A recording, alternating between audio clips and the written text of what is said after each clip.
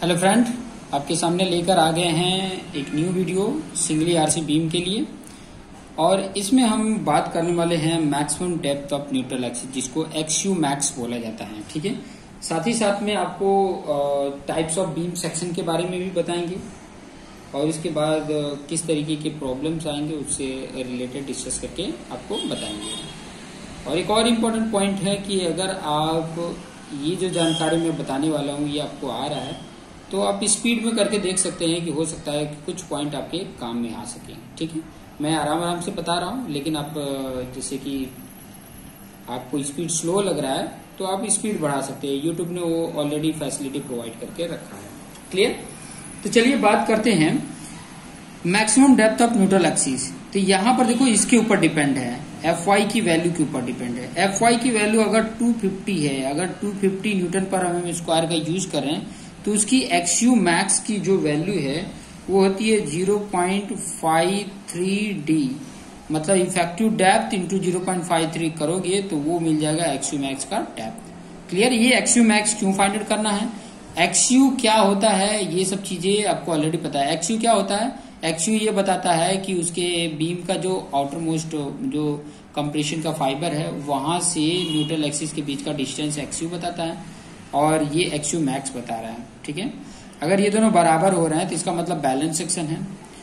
अगर मान लीजिए कि एक्सयू की वैल्यू ज्यादा हो रही है एक्सयू मैक्स से, तब क्या वैल्यू होगी, ओवर एनफोर्स होगा या अंडर एनफोर्स होगा, ये सब के बारे में डिस्कस करेंगे। ठीक है, अगर वही 415 है तो एक्सयू मैक्स की वैल्यू जो होगी वो होगा 0.48 इंटू डी होगा। और 500 अगर स्टील बार यूज कर रहे हैं 500 ग्रेड का तो इसके लिए होता है 0.46 डी। क्लियर हो रहा है? ठीक है, वैल्यू बढ़ती जा रही है, इसका मतलब 0.46 इंटू डी करेंगे तो उसकी वैल्यू कम होती जाती है, मतलब एक्सयू की वैल्यू कम होती जाती है। थोड़ा सा इससे बेस पे भी आइडिया रख सकते हैं। जैसे जैसे उसकी Fy मतलब न्यूटन पर mm स्क्वायर स्टील का बढ़ा रहे हैं वैसे वैसे एक्सयू मैक्स की वैल्यू घटती जा रही है। एक्सयू मैक्स की वैल्यू क्या होती जा रही है? घटती जा रही है। बढ़ा रहे हैं तो ये घट रहा है, ये भी ध्यान में रखेंगे तो आपको समझ में आएगा। इसका मतलब ये वैल्यू बढ़ेगी तो ये वैल्यू कम होगी, एक्सयू मैक्स की वैल्यू कम होगी। नेक्स्ट जो हमारा टॉपिक है वो टॉपिक मैंने ऑलरेडी आपको बोला था कि टाइप्स ऑफ बीम सेक्शन, कौन कौन से बीम सेक्शन है वो चीजें मैं थोड़ा आपको एक्सप्लेन कर दूं। तो 3 टाइप के होते हैं। पहला होता है बैलेंस सेक्शन, बैलेंस सेक्शन, इसके लिए क्राइटेरिया क्या होती है। दूसरा होता है अंडर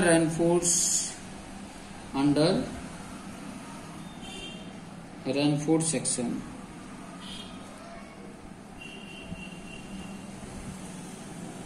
और तीसरा आपको जो मैं बताऊं तो ओवर रेनफोर्स सेक्शन।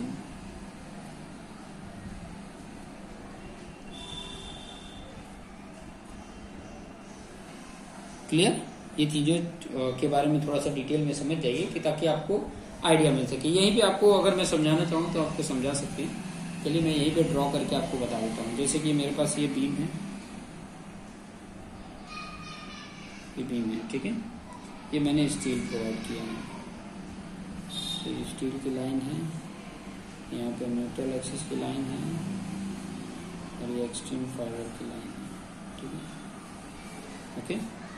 तो पहला जो मैं ये डायग्राम ड्रॉ कर रहा हूँ, ठीक है, इसमें आप अगर देखेंगे तो जब मेरा ये जो वैल्यू है ये मेरा एक्सयू मैक्स है,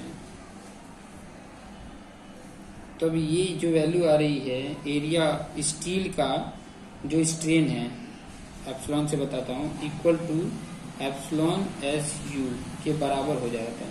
इसको बोल रहा हूँ मैं स्ट्रेन इन कॉन्क्रीट, जो आपको पता है 0.0035। ये स्ट्रेन डायग्राम है, ये इतना होता है। और इस कंडीशन में आप देखोगे कि जो इसका स्टील का जो स्ट्रेन है और ये जो SU का जो अगर मैं बात करूं तो ये जो बताता है उसका लिमिटिंग और स्ट्रेन बता सकते हो कि स्टील का लिमिटिंग स्ट्रेन, ये लिमिटिंग स्ट्रेन स्टील के बगैर बराबर हो जाता है। ठीक है, तो इस कंडीशन में हम बैलेंस सेक्शन इसको बोलते हैं। अगर वही चीज अगर मैं बोलूं कि ये थोड़ी सी वैल्यू ये बढ़ जाए, मतलब जो मेरी ES की वैल्यू है ये हो गई, बढ़ गई मेरी ESU से। ये लिमिटिंग स्ट्रेन था जिसकी वैल्यू अगर मैं यहीं पे लिखूं ESU, मतलब एप्सिलॉन SU है, इसकी वैल्यू जो मैंने बताया था 0.87 FY upon ES modulus of elastic steel plus 0.002 जो था ये ESU है। इससे वैल्यू अगर ये बढ़ जाती है तो बढ़ने का मतलब ये वैल्यू थोड़ी बढ़ गई और ये कहाँ पे चले जाएगा, थोड़ा इससे होके फिर बाद में ये स्ट्रेन दिखाएगा। ठीक है, तो ये वैल्यू तो आपका स्ट्रेन इन कंक्रीट का है। तो इस सेक्शन में देखोगे कि जो मेरी XU की वैल्यू है, ये मेरी XU की वैल्यू है और ये मेरी XU मैक्सिमम की वैल्यू है। तो इस कंडीशन में क्या दिख रहा है कि XU मैक्स ज्यादा है XU से। ठीक है, XU मैक्स ज्यादा है XU से, तब मेरा यहाँ पर आ रहा है, इसका सेक्शन यहाँ पे आ रहा है। तो इस कंडीशन में मेरा क्या हो रहा है, XU मैक्स जो है, XU जो है वो लेस है किससे, XU मैक्स से, ये बता सकते हैं। तीसरा अगर मैं बताऊं इस तरीके का कि अगर मान लीजिए कम हो जाए, ये कम हो जाए पहले से, मतलब ये एप्सिलॉन S की वैल्यू जो है वो कम होके एप्सिलॉन SU से, ये एप्सिलॉन SU है, तो ये मान लीजिए इतना है, तो ये कहीं यहां से ऐसे होगा, तब मेरा ये जो एक्सिस न्यूट्रल एक्सिस यहाँ पे आ रहा है, तो ये तो मेरा XU मैक्स था और ये मेरा XU। तो इस कंडीशन में मेरा क्या हो रहा है, XU ग्रेटर हो रहा है XU मैक्स से, तो ये कंडीशन मेरा ओवर रेनफोर्स बताएगा, ये मेरा अंडर रेनफोर्स बताएगा और ये बैलेंस सेक्शन बताएगा, मतलब जो मेरी न्यूट्रल एक्सिस है उसी सेक्शन से पास हो रहा है। ठीक है, तो ये कंडीशन जो बता रहा है उससे आप समझ सकते हो कि that is the balance section, this is the under reinforce section, और ये इसको बोला जाता है over reinforce section. Over reinforce section मतलब ज्यादा प्रोवाइड करोगे तो ये स्ट्रेन ज्यादा प्रोवाइड नहीं करेगा, ज्यादा स्ट्रेन नहीं देगा, स्ट्रेस इसका ज्यादा होगा, स्ट्रेन कम होगा, और इसमें ये ज्यादा वैल्यू होगी। जब ये ज्यादा होगा तो ये जल्दी टूटने के चांसेस होंगे कंक्रीट में। तो ओवर रेनफोर्स में अगर करते हैं तो उसके लिए क्या कंडीशंस होगा, वो चीजें भी आपको 1 बाय 1 करके मैं समझा देता हूँ। तो पहला पॉइंट हम लेके चलेंगे बैलेंस सेक्शन को। ठीक है, बैलेंस सेक्शन को समझा देता हूँ, फिर बाद में आपको एक एक करके हर एक को मैं समझा दूंगा। ठीक है, तो पहला मैं हेडिंग डाल रहा हूँ बैलेंस सेक्शन। ओके, आपके सामने लेके आया बैलेंस सेक्शन। इसके लिए क्या क्राइटेरिया है थोड़ा सा जो मैं आपको फिगर में भी ऑलरेडी मैंने बता दिया। तो इस क्राइटेरिया में ये कह रहा है, पॉइंट ये कह रहा है कि इसका जो कंप्रेसिव स्ट्रेन है, कंप्रेसिव स्ट्रेन इन कंक्रीट, क्योंकि कंक्रीट में ही लगे ये कंप्रेसिव, एंड टेंसाइल स्ट्रेन, जो उसकी टेंसाइल स्ट्रेन है,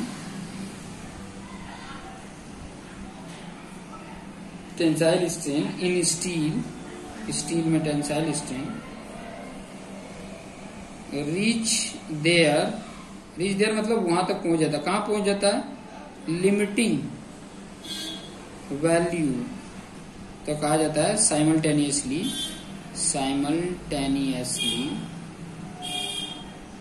तो इसका मतलब क्या होता है, at the collapse condition. At collapse condition में देखोगे तो उसका 0.035 भी उसका कोलैप्स कंडीशन होगा। इस कंडीशन में जो मैंने आपको बताया था कि इसमें जो स्ट्रेन इन स्टील होगा और स्ट्रेन इन लिमिटिंग स्टील की वैल्यू होगी, ये बराबर होगी फॉर बैलेंस सेक्शन के लिए। ये चीजें ऑलरेडी मैंने फिगर में भी बताया बैलेंस सेक्शन के लिए। एक और चीजें इंपॉर्टेंट है इसमें कि एरिया जो स्टील होगा वही एरिया स्टील बैलेंस के लिए होगा, बैलेंस सेक्शन के लिए होगा।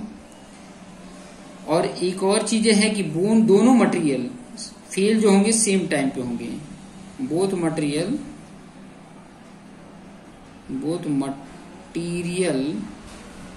फेल एट सेम टाइम, ये लिख देंगे। क्लियर, उसके लिए कंडीशन क्या बैठ रहा है, XU जो होगा वो XU मैक्स के बराबर होगा। ठीक है, इसमें PT जो होगा वो PT लिमिट के बराबर होगा और जो MU होगा वो MU लिमिट के बराबर होगा। और एमयू लिमिट के लिए डायरेक्टली आपको फाइंड आउट करने के लिए भी मैंने आपको बताया था कि अगर एमयू लिमिट आपको फाइंड आउट करना है तो आप कहाँ से फाइंड आउट कर लोगे, ये वाली वैल्यू कहाँ से फाइंड आउट करोगे, तो ये वाली वैल्यू आपको मिलेगी SP16 में पेज नंबर 10 और टेबल नंबर C। ये आपको बार बार ये मैं बताते जाऊंगा कि ताकि आपको आइडिया रहेगा। Page number 16 page number SP16 code use करना है, पेज नंबर 10 पे जाना है और टेबल नंबर C प्रिफर करोगे तो एमयू लिमिट ही एमयू होगा, तो एमयू लिमिट आप डायरेक्टली कैलकुलेट कर सकते हो। ठीक है, as per the using of grade of steel, जिस प्रकार का स्टील ऑफ ग्रेड का यूज किया उसी के अकॉर्डिंग एमयू लिमिट की वैल्यू दी है, वही पीटी लिमिट की वैल्यू होगी। अब ये पीटी लिमिट की वैल्यू अगर आप थोड़ा सा ध्यान दोगे तो इसके लिए भी बताया है कि ये कहाँ पर मिलेगा। पीटी लिमिट जो है इसके लिए भी ऑलरेडी शायद मैंने पिछले लेक्चर्स में बताना रह गया था कि पीटी लिमिट अगर आपको फाइंड आउट करना है तो ये भी उसी के आसपास है। पेज नंबर शायद मेरे ख्याल से आपको मैं बता देता हूँ। हाँ, टेबल अगर ई प्रिफर करोगे ना तो उसमें आपको दिया हुआ है टेबल ई की वैल्यू में, हाँ पीटी लिमिट की वैल्यू इसमें आपको मिल जाएगा। पीटी लिमिट मतलब टेबल 10 में ही ई वाला अगर आप देखोगे टेबल ई उसमें आपको दिख जाएगा। ठीक है, टेबल ई में आपको दिख जाएगा। ये चीजें आपको थोड़ा सा ध्यान में रखना है। एमयू लिमिट की वैल्यू इस तरीके से आप लेकर आप फाइंड आउट कर सकते हो, तो ध्यान देना। इस कंडीशन में हम स्टील और कंक्रीट के रिस्पेक्ट में एमयू की वैल्यू फाइंड आउट कर लेंगे और वो जो वैल्यू आएगा वो एमयू लिमिट के बराबर होगा और उससे रिलेटेड जो भी क्वेश्चंस होंगे वो आपको सॉल्व कर लेना है। अगर वही अंडर रेनफोर्स के बारे में बताऊं, जो दूसरा बोल सकते हैं क्या था, अंडर रेनफोर्स्ड कंक्रीट सेक्शन बोलेंगे ना, सेक्शन, क्योंकि सेक्शन की बात कर रहे हैं। तो इसमें ये कहता है कि जो आपका ये जो स्ट्रेन होता है, ठीक है, जो स्ट्रेन आ रहा है वो क्या हो जा रहा है, ज्यादा हो जा रहा है। किससे, जो उसके स्ट्रेन जो ऑलरेडी उसके लिमिटिंग स्ट्रेन है, SU मतलब लिमिटिंग स्ट्रेन। ठीक है, तो लिमिटिंग स्ट्रेन से अगर ज्यादा हो जाता है तभी हमारा अंडर रेनफोर्स सेक्शन आता है। और ये आपको बताता है कि कंक्रीट से पहले स्टील फेलियर हो जाएगा। ठीक है, और ये आपको वही चीज इंडिकेट करके बताता है कि concrete reaches the limiting value of 0.335, उसके पहले ये मतलब ये स्टील फेलियर हो जाएगा। और अंडर रेनफोर्स में देखोगे तो एरिया ऑफ जो स्टील आप प्रोवाइड करोगे वो कम होगा area of steel in balance section में जो प्रोवाइड कर रहे थे। और स्टील कंक्रीट से पहले फेल हो जाएगा, steel will fail before concrete के फेल होने से पहले स्टील फेल हो जाएगा। ये चीजें हैं। ठीक है, और कुछ अगर स्टील फेल होता है मतलब उसको डक्टाइल फेलियर भी बोला जाता है। डक्टाइल फेलियर मतलब टेंशन फेलियर जो होता है उसी को डक्टाइल फेलियर भी बोला जाता है। और इस कंडीशन में आप जो एमयू कैलकुलेट करोगे, ध्यान देना ये चीजें मैं बताते जा रहा हूं। MU calculated with respect to steel के रेस्पेक्ट में आप करोगे। और स्टील के रेस्पेक्ट में एमयू की वैल्यू ये कहाँ पे मिलेगा, पेज नंबर 96 पे ऑलरेडी ये फॉर्मूला है 0.87 FYAST into D in bracket में 1 minus FY into AST upon FCK into B into D। That is the formula we can use to find the MU। Okay, चलिए अब next बात कर लेते हैं ओवर एनफोर्समेंट। जो next है third section है, ओवर एनफोर्समेंट की बात कर लेते हैं। ओवर एनफोर्स सेक्शन की बात कर लेते हैं। इसमें भी कुछ इंपॉर्टेंट पॉइंट है। ठीक है, बस थोड़ा सा आपको ध्यान से अगर आप देखोगे तो आपको हर एक पॉइंट समझ में आ जाएगा, उसकी कंडीशंस भी समझ में आ जाएंगे। ठीक है, तो ये कहना चाहता है क्या कि जब आरसी सेक्शन जो है, जो मेरे पास लिमिटिंग स्ट्रेन आ रहा है कंक्रीट में 0.035, ये बहुत जल्दी ही पहुंच जाएगा। ठीक है, जो स्ट्रीम की इल्डिंग हो रही है वहां पे, तो इसी की वजह से ओवर एनफोर्स यहाँ पर जरूरत पड़ रहा है, क्योंकि इसमें जो स्ट्रेन आ रहा है स्टील का वो ज्यादा हो रहा है, लिमिटिंग स्ट्रेन ऑफ स्टील का। इसकी वजह से SU इसको बोलेंगे। तो इसकी वजह से हमें ओवर एनफोर्स हो रहा है, और मतलब एनफोर्स होगा तभी तो ये वैल्यू क्या होगी, ये वैल्यू जो हो रही है ना ये कम हो रही है, सॉरी ये उल्टा बना दी, ये वैल्यू कम हो रही है, ये ज्यादा है। ठीक है, सॉरी मतलब स्ट्रेन जो हो रहा है इस कंडीशन में ओवर एनफोर्स में जो मैं देख रहा हूं कम होता है। ठीक है, ये चीजें थोड़ा ध्यान में रखेंगे, वैल्यू कम होता है। इस कंडीशन में ये बोलता है कि जो स्टील का फेलियर है वो जल्दी फेल नहीं होता है। इस कंडीशन में कंक्रीट पहले फेल हो जाता है, मतलब ब्रस्ट कर जाता है, और इसको ब्रिटल फेलियर भी बोल सकते हैं, सडन फेलियर भी बोल सकते हैं। तो ये भी चीज हमारे लिए उतना बेटर नहीं है। तो इस कंडीशन में क्या और एक और चीज हो जाता है कि ये जो XU होता है ये वैल्यू ज्यादा होती है XU मैक्स से। ठीक है, MU भी क्या होता है, ज्यादा होना चाहिए MU लिमिट से। ठीक है, और ये MU जो कैलकुलेट करोगे वो C मतलब कंक्रीट के रेस्पेक्ट में फाइंड आउट करोगे। ठीक है, और वो फॉर्मूला भी आपको ऑलरेडी पता है, MU लिमिट जो होगा वो कितना होगा 0.36 XU max divided by D, और इन ब्रैकेट में 1 minus 0.42 XU max divided by D FCK BD square. ये आपको पेज नंबर 96 IAS 456/2000 में आपको मिल जाएगा। ठीक है, तो ये चीजें आप फाइंड आउट कर सकते हो। क्लियर, ये चीजें क्लियर हो गई होगी। अब बात करते हैं कि टाइप्स ऑफ प्रॉब्लम। मैं प्रॉब्लम की बात करता हूं, तो एक पेज ले लेता हूं जिसमें आपको प्रॉब्लम किस किस तरीके से फेस करोगे वो चीजों के बारे में थोड़ा सा मैं यहाँ पर एक्सप्लेन करके बता देता हूं, फिर बाद में वीडियोज को एंड करेंगे। तो यहाँ पर हेडिंग डालता हूं मैं, टाइप्स ऑफ प्रॉब्लम। बहुत आसानी से आप यहाँ पर समझ में आ जाएगा आपको, क्योंकि मैं एकदम इजी लैंग्वेज में आपको समझाने का प्रयास करूंगा। थोड़ा बहुत बोरिंग लगेगा क्योंकि थियरी पढ़ाते हैं ना, तो बोरिंग ऐसा लगता है, लेकिन वही न्यूमेरिकल आपको जब बताएंगे तो आपको आसानी से समझ में आ जाएगा। तो ये दो तरीके से होता है। एक तो होता है एनालिसिस। एनालिसिस के द्वारा आप समझ सकते हो, एनालिसिस ऑफ सेक्शन, सेक्शन का एनालिसिस। इसमें होता क्या वो भी बता दूंगा। दूसरा आपको जो आएगा वो आएगा डिजाइन ऑफ सेक्शन। सेक्शन का डिजाइन दो तरीके से हो रहा है, एक तो सेक्शन का एनालिसिस, दूसरा हो रहा है सेक्शन का डिजाइन। ठीक है, अब देखो एनालिसिस में अगर मैं बात करूं तो एनालिसिस में क्या होता है, ठीक है ध्यान से देखना। एनालिसिस में आपके सामने मोमेंट दिया होगा, ये MU जो होगा वो गिवन होगा, सॉरी ये आपको कैलकुलेट करना होगा। सॉरी गिवन क्या दिया रहेगा, साइज दिया रहेगा, साइज उसका दिया होगा और लोड दिया होगा। इसके बेस पे आपको MU फाइंड आउट करना होगा। ठीक है, साइज दिया होगा कि उसका वेट और साइज दिया रहेगा, उसके बेस पे ये कैलकुलेट करना है, तो उसी को एनालिसिस बोला जाता है। और इसमें MU गिवन होता है, डिजाइन वाले पार्ट में MU गिवन होता है, ये गिवन रहेगा।